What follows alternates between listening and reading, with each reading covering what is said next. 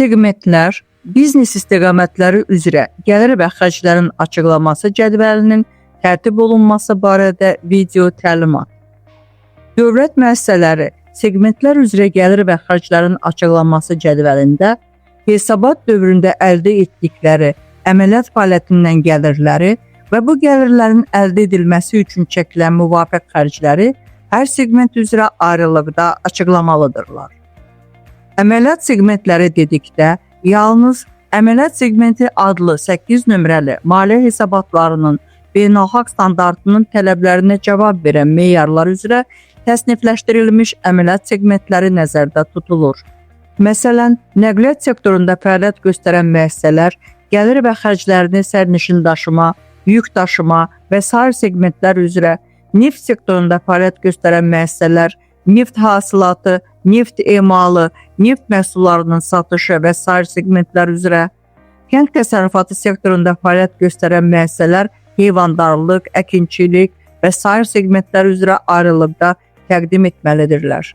Segmentlər üzrə gəlir və xərclərin açıqlanması cədvəlinin sütunlarında dövlət müəssisəsində sərbəst gəlir gətirən segmentlərin adları qeyd olunur. Ehtiyac olarsa, bu cədvəldə əlavə segment sütunları yaradıla bilər. Cədvəlin 7-ci sütunun başlığında qeyd olunan 3 nöqtə məhz bunu ifadə edir. Segmentlər üzrə gəlir və xərclərin açıqlanması cədvəlinin məhsul, iş və xidmətlər blokunda hər segment üzrə ayrılıqda məhsul, iş və xidmətlərin ölçü vahidi, həcmi, vahidinin qiyməti qeyd olunur. Cədvəlin ikinci blokunda hər segment üzrə ayrılıqda əsas fəaliyyət üzrə satış gəlirləri, sair əməliyyat gəlirləri və maliyyə gəliri, növbəti sətirdə isə onların cəmləri qeyd olunur.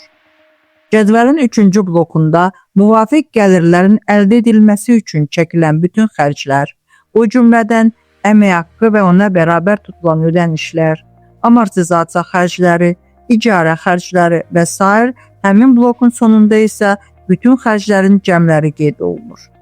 Cədvəlin 4-cü blokunda isə hər bir segment üzrə cəmi gəlirdən müvafiq segment üzrə cəmi xərclər çıxılmaqla əldə edilən mənfəət və ya zərər əks etdirilir. Segmentlər üzrə gəlir və xərclərin açıqlanması cədvəli müvafiq mənfəət və ya zərər və digər məcmu gəlir haqqında hesabatla eyni zamanda, yəni hər rüb bitdikdən sonra müvafiq olaraq aprel ayının 20-sinədək, iyul ayının 20-sinədək, oktyabr ayının 20-sinədək və növbəti ilin yanvar ayının 20-sinədək Maliyyə Nazirliyinə təqdim olunur.